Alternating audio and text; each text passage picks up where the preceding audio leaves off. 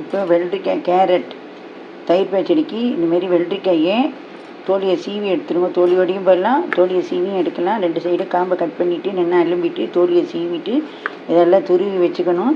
இல்லை நம்ம கட் பண்ணி கூட போடலாம். துருவி வச்சுட்டு இந்த வயசானவெல்லாம் சாப்பிட்றதுக்கு வசதியாக இருக்கும். இதையும் துருவிட்டு கேரட்டையும் 2 சைடும் கட் பண்ணிவிட்டு தோலியை சீவிட்டு நல்லா அலும்பிட்டு அதையும் துருவிக்கணும். கேரட்டு வெள்ளரிக்காய் தயிர் பச்சடி எப்படி பண்ணுறது பண்ணலாம் வாங்க பார்க்கலாம். இன்றைக்கி ஒன் டே மீல்ஸில் ஃபஸ்ட்டு என்ன பார்க்க போகிறேன்னா வெள்ளரிக்காயும் கேரட்டும் தயிர் பச்சடி. இதுக்கு ஒரு தாளிப்பு கொடுக்கணும். அதுக்காக நான் அடுப்பு பற்ற வச்சுட்டு கரண்டியை எடுத்து வச்சுருக்கேன். இதில் ஒரு டீஸ்பூன் அளவுக்கு எண்ணெய் விட்டுருக்கேன். இதுக்கு ஆயில் கன்சம்ஷன் கம்மியாக தான் ஆகும். இப்போ இதில் நான் கடுகு போட்டுட்டேன். கடுகு நல்லா வெடிக்கணும். இப்போ இது கேரட், இந்த வெள்ளரிக்காயோட கேரட்டையும் நான் போட்டுக்கிறேன்.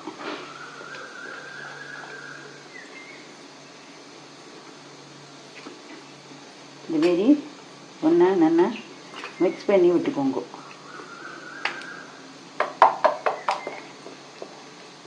இது வந்து நறுக்கியும் போட்டுக்கலாம். கேரட்டு வெள்ளரிக்காயை நறுக்கியும் போட்டுக்கலாம். அப்புறம் இதுக்கு பச்சை மிளகாய், அதுக்கு தேவையான உப்பு போட்டுக்கணும். நாங்கள் பத்தில் உப்பு போட்டுக்கிறது இல்லை தயிர் பச்சடிக்கு, அதனால் அதை விட்டுடலாம். இப்போ கடுகு தாளிச்சாச்சு, 2 கொத்தமல்லி, அவ்வளோதான். இது சாப்பிட்ற நேரத்துக்கு நம்ம இதுக்கு வந்து தயிர் கலந்து போட்டுக்க வேண்டியதுதான். முன்னாடி தயிர் கலந்துட்டேன்னாக்க அப்படியே குடையும் தண்ணியுமா அப்படியே மோர் மாரி போயிடும் திப்பி. அதனால் சாப்பிட்ற நேரத்துக்கு கலந்துக்கோங்க. இல்லை ஜீரகம் வந்து இப்படி பச்சையாக போட்டுக்கணும். வறுத்த ஜீரகமும் போடலாம். ட்ரை ரோஸ்ட் பண்ணி ஒரு டப்பாவில் எடுத்து வச்சுட்டுன்னா தேவைப்படும் போது இதுமாரி எடுத்து போட்டுக்கலாம். இல்லை பவுடர் பண்ணி வச்சுருந்தா கூட ட்ரை ரோஸ்ட்டு ஜீரகம் போட்டு வச்சுருந்தா லைட்டாக அதில் தூவி விடலாம். இது சிம்பிளான பச்சடி. இதுலேயே 2-3 வெரைட்டிஸ் பண்ணுறதுன்னா பண்ணலாம். அதெல்லாம் ஒவ்வொரு நாளாக ஒவ்வொன்றா பார்க்கலாம். இப்போ நம்மளுடைய கேரட் வெள்ளரிக்காய் தயிர் பச்சடி ரெடி ஆகிடுது.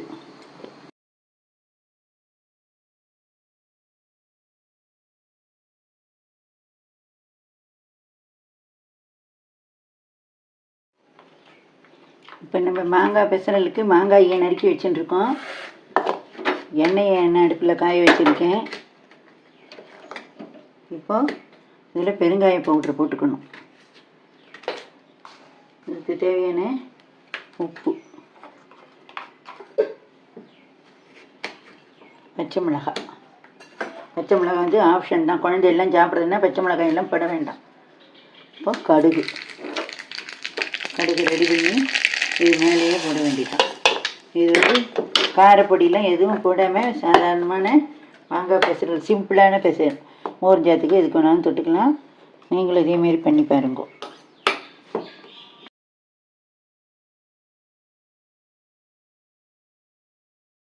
நம்மளோட அடுத்த ஐட்டம் தக்காளியில் மிளகு ரசம் வைக்க போகிறோம்.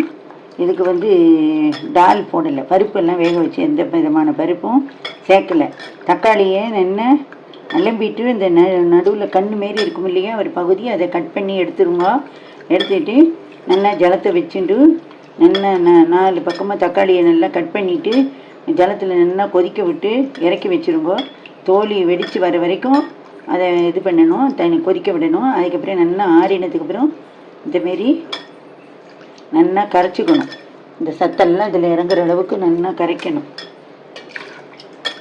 இல்லைன்னா ரசத்தில் அப்படியே விட்டுட்டு கைனால் அப்படி கரைச்சிட்டு ரசத்தில் ஒன்றா சேர்த்து கொதிக்க விட்டுட்டு அதுக்கப்புறமா சாப்பிடும்போது வேணும்னா சாப்பிடணும், வேணாட்டி எடுத்து எரிஞ்சிடணும்.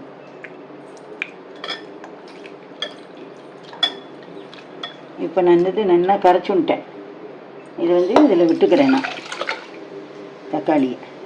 இப்போ நான் ஒரு கொட்டைப்பாக்கு அளவுக்கு புளி எடுத்து நல்லா நான் நீர்க்க கரைச்சிட்டுருக்கேன். நல்லா வெந்நீர் விட்டு ஊற வச்சு ஆறின உடனே நல்லா கரைச்சிட்டுருக்கேன். புளி ஜலத்தை நல்லா கரைச்சிட்டுருக்கேன். இப்போ இதில் 1 by 1 என்னென்ன சேர்க்கலாம் அப்படிங்கிறத நான் உங்களுக்கு காட்டுறேன்.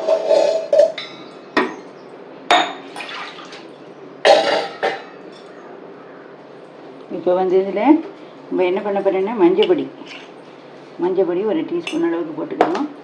தனி மிளகாத்தூளுக்கு தனியாக ஒரு வீடியோ போட்டிருக்கேன், தேவைப்பட்டவ அதில் போய் பாருங்க. என்ன மெஷர்மெண்ட்டு அப்படிங்கிறதெல்லாம் போட்டிருக்கேன் க்ளீனாக.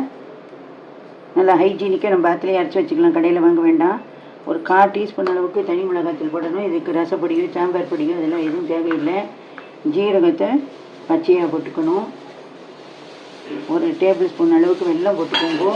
வேண்டாம் அப்படிங்கிறவ அவாய்ட் பண்ணிடலாம். ஏன்னா மிளகு ரசத்துக்கு வெல்லம் போட்டால் தான் நல்லா இருக்கும். ஸோ பெருங்காய பவுட்ரு, பெருங்காய கட்டி இருந்தால் அதை போட்டுக்கலாம். இல்லைன்னா பெருங்காய கட்டியை ஜலத்தில் விட்டு கரைச்சும் போட்டுக்கலாம். இப்போ நான் பெருங்காய பவுட்ரு போட்டுருக்கேன். இதுக்கு தேவையான அளவுக்கு உப்பு. இப்போ இந்த புளி வாசனை போகிற அளவுக்கு அடுப்பில் வச்சு நல்லா கொதிக்க விடணும். இப்போ இதுக்கு என்னென்னு கேட்டீங்கன்னா, நம்ம மிளகு பொடி, மிளகாய் பொடி பண்ணி இந்தமாரி ட்ரை ரோஸ்ட் பண்ணிவிட்டு மிக்சியில் பவுட்ரு பண்ணி ஒன்றும் குத்துமாக பவுட்ரு பண்ணி வச்சுருந்தா நிறைய விஷயங்களுக்கெல்லாம் யூஸ் ஆகும். இது அதுக்கப்புறமா எப்போ போடணும் அப்படிங்கிறதெல்லாம் நான் சொல்கிறேன். இதில் மிளகா வத்தல் காரமோ பச்சை மிளகாய் காரமோ அதெல்லாம் எதுவுமே போடலை. தனி மிளகாத்தூள் கூட காரம் கிடையாது, அது காஷ்மீரி சில்லி பவுடர். அதையும் லைட்டாக தான் நான் மிளகா வத்தல் இதில் கலந்து தனி மிளகாத்தூள் பண்ணியிருக்கேன். அதனால் இது இதில் எந்த காரமும் கிடையாது. இது வெறும் மிளகு காரம் தான் இதில் நம்ம சேர்க்க போகிறோம். இது என்ன கொதிக்கட்டும். 2 கருவேப்பிலை இந்த ரசத்தில் போட்டு விடலாம். இப்போவே போட்டுட்டு அதனுடைய எசன்ஸ் எல்லாம் நல்லா இறங்கும். அதேமாரி கொஞ்சம் கொத்தமல்லியும் அதில் போட்டு விடலாம். இப்போ இது நல்லா இதுமாரி நல்லா கொதித்து நல்லா வரணும். வந்ததுக்கப்புறம் இப்போ நம்மளுடைய தக்காளி மிளகு ரசம் நல்லா கொதிச்சுட்டு இப்போ இதுக்கு ஒரு தாளிப்பு கொடுக்கணும்.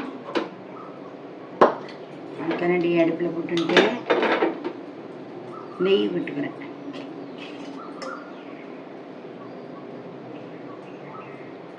நீங்கள் சாப்பாட்லேயும் நெய் விட்டுக்கலாம். நெய் இல்லைன்னா சாதாரணமாக எண்ணெயில் கூட தாளிக்கலாம். இல்லை எண்ணெயிலையும் தாளிச்சுட்டு அதுக்கப்புறமா கூட நீங்கள் சாப்பிடும்போது நெய் விட்டுண்டு சாப்பிடலாம். இப்போ அது நல்லா அடுப்பை பெருசாக வச்சு மீடியம் ஃப்ளேமில் வச்சுட்டு கடுகு நான் போடுறேன். கடுகு வெடித்து வரணும். இப்போ இது இந்த ரசம் 3-4 மெத்தடில் பண்ணலாம். ஆனால் இது ரொம்ப சிம்பிள், ஈஸியாக பண்ணிடலாம். அதனால தான் நான் இந்த மெத்தடை பண்ணியிருக்கேன். இப்போ மிளகு பொடி, மிளகு வச்சுருக்கோம் இல்லையா, மிளகு பொடி போட்டாச்சு. இப்போ நெய்யில் கடுகு வெடிச்சுருக்கு. இந்த கடுகு எடுத்து இதில் நம்ம கொட்டிடலாம். அடுப்பை ஆஃப் பண்ணிட்டேன். ஸோ நம்மளுக்கு சரியான மிளகு ரசம் ரெடி. இதை அப்படியே வெறும் கூட சூப்பு மாரியும் குடிக்கலாம். சாதத்துக்கும் சூடான சாதத்தில் போட்டுட்டு நெய்யை விட்டுண்டு சாப்பிடலாம். அடுத்தது நம்மளுடைய ரெசிபி கேரட் ரைஸ். அது எப்படி பண்ணுறதுங்கிறத பார்க்கலாம் வாங்க.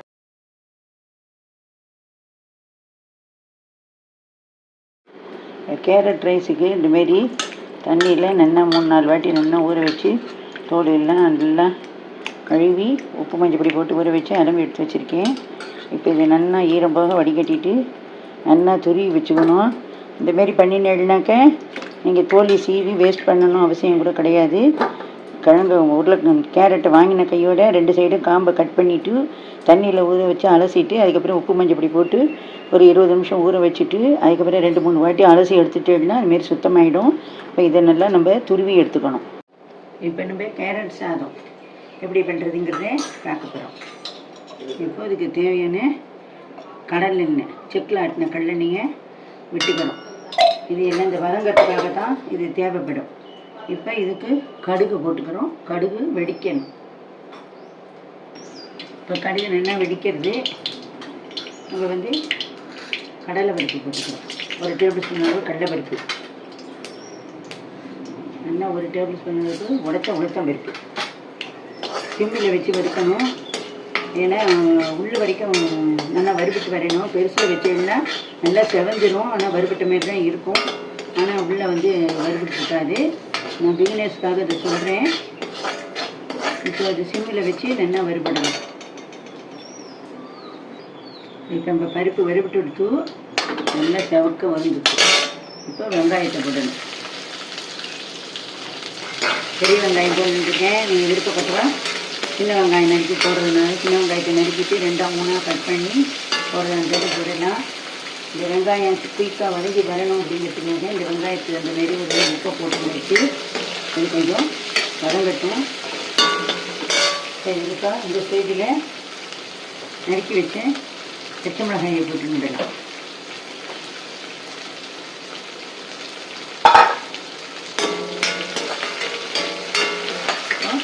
பச்சை மிளகாயும் இந்த வெங்காயத்தோடு சேர்ந்து வதங்கட்டும். இப்போ நம்ம இப்போ இதுலேயே நெய் விட்டுட்டோன்னு வைங்கோ. நம்ம இந்த கேரட்டு வெங்காயம் எல்லாம் சேர்ந்து நெய் வாசனையோட கமகமன்னு இருக்கும். இந்த ஸ்டேஜில் நெய்யை விடும்போது இறக்கி வச்சு விட வேண்டாம்.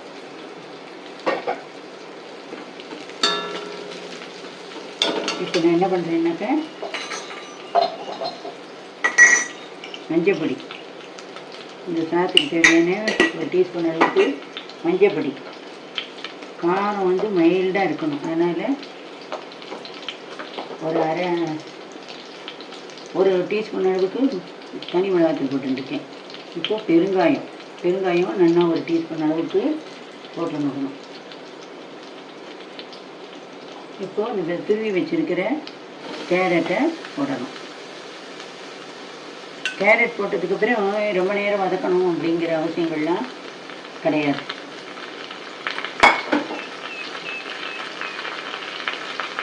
கருவேப்பிலையை இப்போ போடும்போது இந்த கேரட்டுக்கும் சாத்துக்கும் சேர்த்து உப்பும் போட்டுருந்தோம்.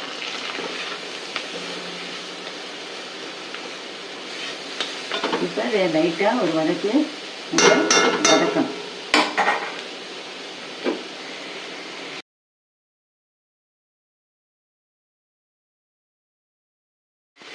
நல்லா கீழே மேலேயும் நல்லா பிரட்டி விடணும். இதுமாரி எண்ணெய் தேவையாக இருந்தால் சாதம் கலக்கும்போது நல்லெண்ணெய் விட்டுக்கலாம். இப்போ தேவையில்லை. இதுக்கு இஞ்சியெல்லாம் போடணுங்கிறது கிடையாது. இஞ்சி போடணும் அப்படின்னா ரவாவாக இருக்கும்.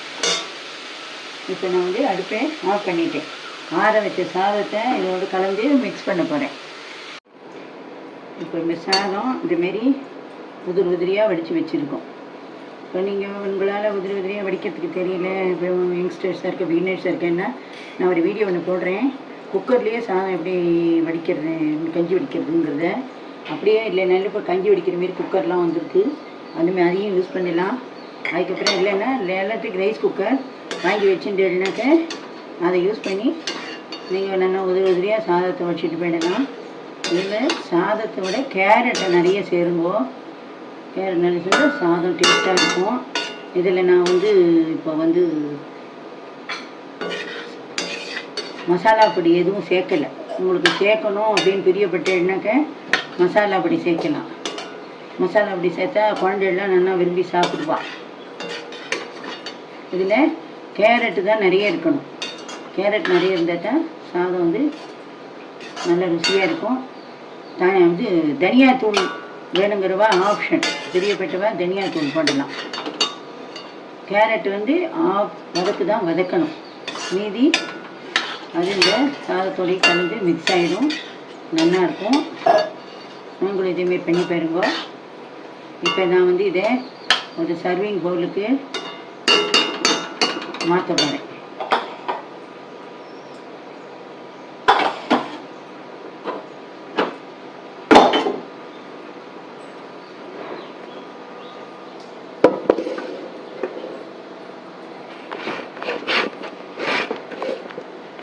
இப்போ நம்ம இதை ஒரு சர்விங் பவுலுக்கு இதை நம்ம மாற்றிடலாம்.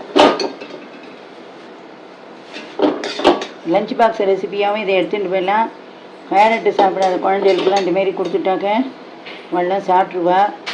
5 வயசுக்குள்ளே நீங்கள் பழக்கம் பண்ணினா தான் அதுகள்லாம் சாப்பிடும். அதுக்கப்புறம்னா அவள் சாப்பிட மாட்டாங்க. அந்த 5 வயசுக்குள்ளே இந்த நாக்கில் அந்த ருசியோட நரம்பு வளர்ச்சி அடையுதுன்னு சொல்கிறாங்க. அப்போ என்னென்ன டேஸ்ட்டு பார்த்து சாப்பிட்றாலோ அதுதான் அவளுக்கு கடைசி வரைக்கும் அந்த ருசி நாக்கில் நிற்கும்பா.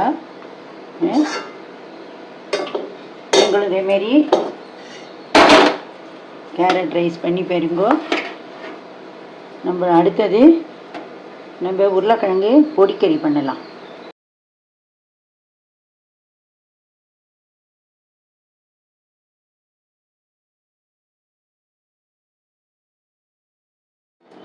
இப்போ நம்ம இந்த உருளைக்கிழங்கு பொடிக்கறிக்காக நல்லா அலசி இந்தமாரி தண்ணியில் ஊற வச்சு வடிகட்டி எடுத்துக்கணும். இதுமாரி நெண்ணெய் வடிகட்டிண்டாச்சு. இப்போ நம்ம என்ன பண்ணுறோம், ஈஸி குக் பண்ண போயிடும். உருளைக்கிழங்கு பொடிக்கறிக்கு இதுமாரி ஒரு குக்கரில் ஜலத்தை வச்சுட்டு இதுமாரி ஸ்டாண்டையும் போட்டுன்ட்டு இதுமாரி ஒரு வடிகட்டி இருந்ததுன்னு எடுத்து வச்சுட்டு இந்த உருளைக்கிழங்கை இதில் போடணும். இப்போ நம்ம இதுமாரி போட்டாச்சு விட்டை. இப்போ இதை போட்டு மூடி நல்லா ஒரே ஒரு விசில் விட்டு எடுக்கணும். விசில் விட்டு எடுத்துகிட்டு பார்க்கலாம்.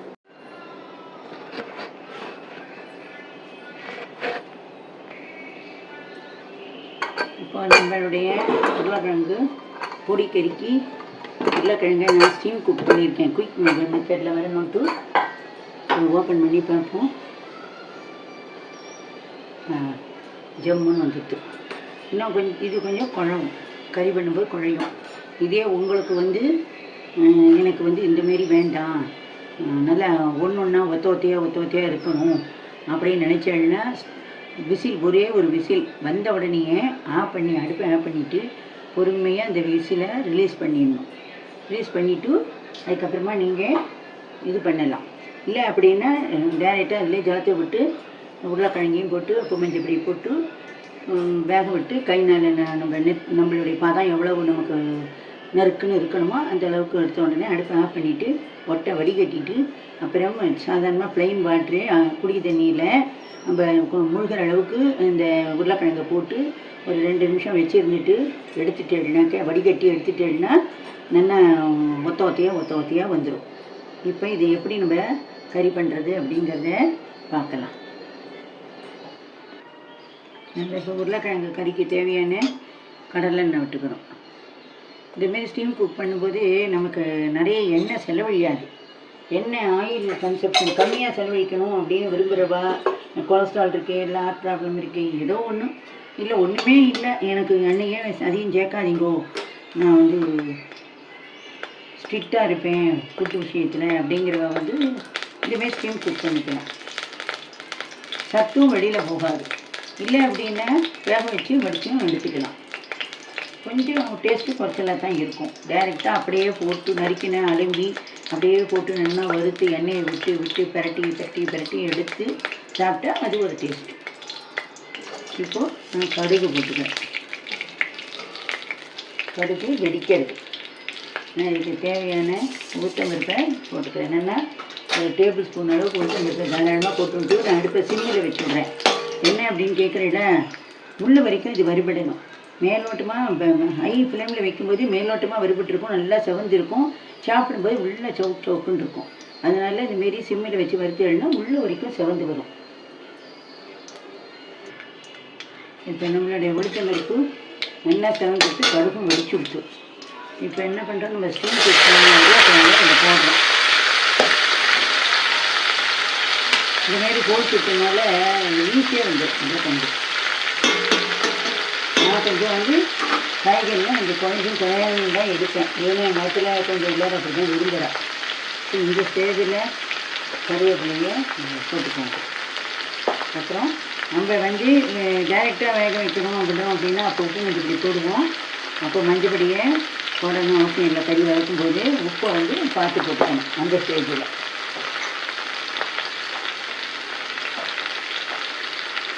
இப்போ மிளகாத்தூள் போடும்போது பார்த்து போட்டுக்கணும். ஏன் அப்படின்னா நான் இதுக்கு பொடி வறுத்து வச்சுருக்கேன், அது என்னன்னு சொல்கிறேன். இப்போ தனி மிளகாத்தூள் ஒரு 1/2 டேபிள் ஸ்பூன் அளவுக்கு தனி மிளகாத்தூள், பெருங்காய பொடி, இதுக்கு தேவையான உப்பு நடிப்பு தான் படுத்துகிறோம். ஸ்டீம் குக் பண்ணனால உப்புலாம் படலை. இப்போ இதை கீழேருந்து மேலே வரைக்கும் நல்லா கலரி விட்டுக்கலாம்.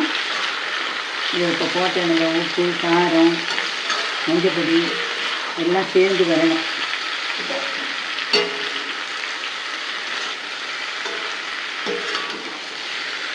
இது நல்லா கலந்து வர வரைக்கும் இதை வெயிட் பண்ணலாம்.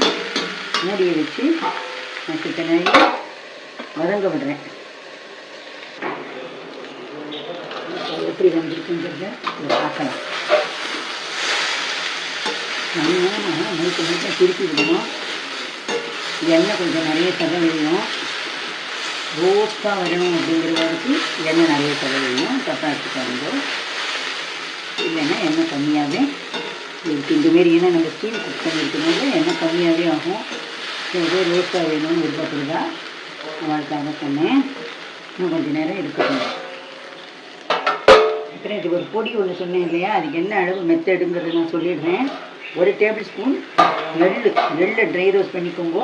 மிக்க சாமான் ட்ரை ரோஸ்ட் பண்ணிட்டாலும் சரி, நிறைய பண்ணிட்டேன்னா ட்ரை ரோஸ்ட் பண்ணுங்க. கொஞ்சமாக பண்ண எண்ணெய் விட்டு வச்சுக்கோங்க. நல்ல மிளகாய் வத்தல், 2 டேபிள் தனியா, 1 டேபிள் ஸ்பூன் கடலைப்பருப்பு, 1 டேபிள் ஸ்பூன் முழு உளுத்தம்பருப்பு இல்லை உடச்ச உளுத்தம்பருப்பு எது வேணாலும் வச்சுக்கலாம். கருவேப்பிலை ஒரு 6, அவ்வளவுதான். இதெல்லாம் வறுத்து கோர்ஸாக ஒரு பவுட்ரு பண்ணி இந்தமாரி வச்சுட்டுருக்கேன். இது இந்த கறியை வதக்கி இறக்கினதுக்கப்புறம் போடணும். எப்படிங்கிறத காட்டுறாங்க. இப்போ நம்மளுடைய உருளைக்கிழங்கு பொடிக்கறிக்கு நல்லா வதங்கியிருக்கு. இப்போ இந்த பொடியை அரைச்சி வச்சுருக்கோம் இல்லையா, இந்த பொடியை போடணும். இது மிளகு காரம் பிடிக்கும் அப்படிங்கிறவா இதில் 2 மிளகும் வறுத்து போட்டுக்கலாம். இப்போ இந்த பொடியை நான் போடுறேன்.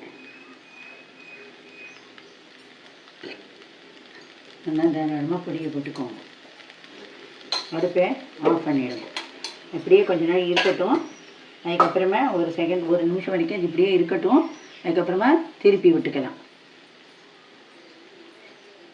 இதேமாரி நான் இன்றைக்கி 1 டே மீல்ஸில் ப்ரிப்பரேஷன் உருளைக்கிழங்கு இந்தமாரி பொடி இடித்து போட்டு கறி பண்ணியிருக்கேன். கேரட்டு, வெள்ளரிக்காய் 2ஐயும் மிக்ஸ் பண்ணி ஒரு தயிர் பச்சடி பண்ணியிருக்கோம்.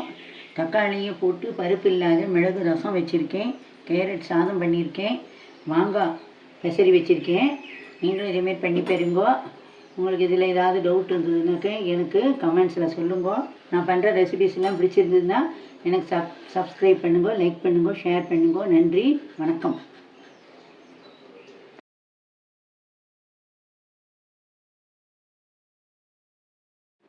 இப்போ நம்மளோட உருளைக்கிழங்கு பொடிக்கறி ரெடி ஆகிட்டு.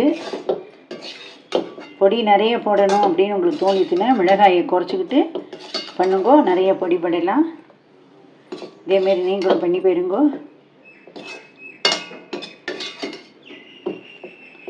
இதை ஒரு சர்விங் பவுலுக்கு மாற்றிடலாம்.